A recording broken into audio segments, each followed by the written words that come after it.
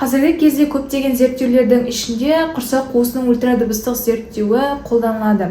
Яғни бұл бағасы жағынан қолжетімді болғанымен және де басқа да ерекшеліктеріне байланысты, тез диагноз қоя алуымызға байланысты аспаптық зерттеулердің ішінде осы әдіс кеңінен қолданылады. Құрсақ қуысының ультрадыбыстық зерттеу нәтижесінде біз ұйқы безіміздегі, өттегі, бауырдағы, бүйректегі және де басқа органдардағы өзгерістерді көре алатын боламыз. Және қазіргі кезде сол органдардың ішінде ең көп кездесетін ауру ол ұйқы безінде. Ұйқы безі бұл өте нәзік орган болып саналады. Ода көптеген ферменттер және де басқа да организмде жалпы гормоналдық реттелуге, сондай-ақ ас қорыту жүйесіне де тікелей қатысатын бірден бір орган ағза болып табылады. Осы ұйқы безінің ауруларының ішінде ең көп таралғаны бұл созылмалы панкреатит. Созылмалы панкреатиттің көрініс беруі әркімде әртүрлі.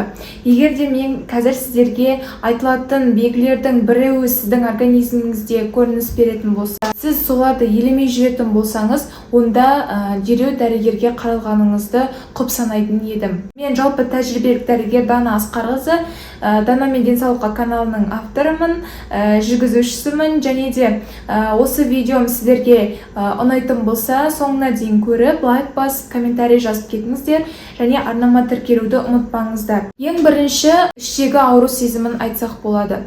Ол әртүрлі болуы мүмкін, қышқыл тәріздес дәм беру арқылы болуы мүмкін, немесе бүкіл белді ауыртуы мүмкін. Бірақ ұйқы безіне тән симптом бұл белдемелі ауру сезімі. Яғни тек қана ол эпигастрия, яғни іштегі жоғарғы, сол жақ, оң жақ аймағында ауырмайды. Ол бүкіл беліңізді, ішіңізді айнала сақина тәрізді ауыртатын болады. Бұл ұйқы безінің ауыратындығының бірінші белгісі. Және екінші белгісіне бұл ас қорыту жүйесіндегі белгілі бір мәселелер. Ол сіздің жалпы құсуыңыз болуы мүмкін, жүрек айну болуы мүмкін, және де дәретке шығуыңыз, осының барлығы тікелей ас қорыту жүйесіндегі өзгерістердің барын көрсететін болады. Солардың біріншісі бұл нәжістің мөлшері және де қалай бөлінетіні. Ұйқы безіне тән нәжіс түрі бұл стеаторея деп аталады, яғни майлы нәжіс. Ол мысалы туалетке барған кезіңізде нәжіс ол майлы сияқты ағып болмайды, және де өте консистенциясы майға ұқсас болып келеді. Сонымен қатар неоформленный стул, яғни бұл деп отырғанымыз дәретіңіз өте сұйық түрде, каша түрінде, ботқа тәріздес болып бірнеше рет шығатын боласыз. Бристольский шкаласы бойынша қалыпты нәжіс бұл 3-ші және 4-ші типтегі нәжіс болып табылады. Ал бұдан өзгеретін болса, сұйыққа ауысатын болса, немесе бұдан қатаятын болса, онда организмде белгілі бір өзгеріс бар деген сөз. Келесі, жүрек айну, құсу. Бұл деп отырғанымыз жеңілдік әкелмейтін құсу болады. Сіз қанша рет құсқанның өзінде қайтадан барғыңыз келеді, немесе құсқуға, немесе ол организмге белгілі бір мысалы тамақтан құтылған секілді жеңілдік сезімін әкелмейтін болады. Және үшінші белгісі бұл сіздің салмақ жоғалтуыңыз. Бұл тікелей біздің организміміздегі керекті мөлшердегі мысалы белок, көмірсу майлардың дұрыс мөлшерде сіңірілмеуінің нәтижесінде болады. Сіздің организміңіз керекті заттардың барлығын сыртқа шығарып тастайды. Соның нәтижесінде сіз өзіңізге керекті салмақты жинай алмайсыз. Онымен қоса келесі белгісі бұл сарғаю. Сарғаю бұл жалпы бізде ұйқы безі, 12 келешек және де өт қабы тікелей бір-бірімен байланысты болады. Және солай тамақтың қорытылуына тікелей қатысады. Егер сізде ұйқы безінде немесе өтте ең басты проблема өтіңіз бітеліп қалатын болса, онда осы бітелудің нәтижесінде билирубиннің деңгейі бізде организмде жоғарылайтын болады. Ал билирубиннің жоғарылауы бізде сырышты қабаттардың терінің қабатының сарғаюына алып келетін болады.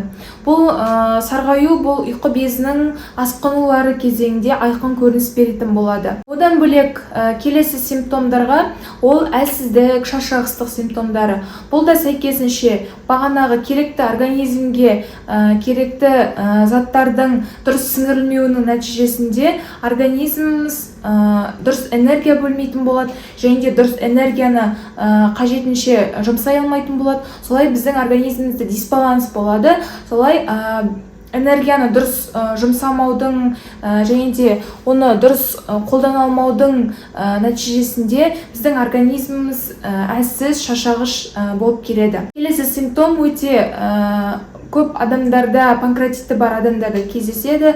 Ол тәбеттің ауысып отыруы. Біресе жоқ болады тәбет, немесе тәбеттің артуы. Артуы дегенде мысалы тәтті затқа, қышқыл болсын, ұнды заттардың барлығына тәбетіміз артатын болады. Және қанша тамақ ішсек те тоймайтын жағдайға жететін кездер болады, немесе мүлдем тәбетіміз болмайтын жағдайға жетеді. Тәбеттің қатты болуы бұл организміміз дұрыс, мысалы гастритте де дәл осындай симптом кездеседі. Дұрыс шырышты қабаттарда керекті заттар дұрыс сіңірілмегендіктен және де организм өзіне керекті заттарды ала алмағандықтан оны тез қорытып тастайды да, сәйкесінше біздің нерв жүйеміз қайтадан тамақ сұрайды бастайды.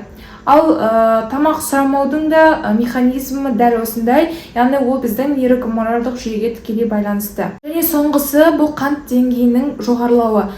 Мен басында айттым видеоның, жалпы эндокриндік жүйе мен ас қорыту жүйесіндегі бір-бірімен байланысты орган бұл ұйқы безі, яғни ол екі органның да жүйенің де қызметін орындайды.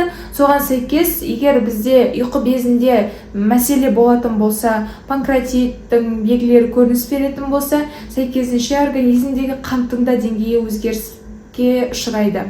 Яғни инсулинге тәуелді немесе тәуелсіз типтегі қант диабеті дамуы мүмкін, немесе преддиабет, семіздік секілді симптомдар көрініс беруі мүмкін. Осы симптомдар сіздерде көрінетін болса, осы симптомдардың хотя бы біреуін емес, екі-үшеуін бойыңыздан байқайтын болсаңыз, өйткені біреуі ол басқа да органдардың бұзылуына себепші болуы мүмкін деген секілді ғой.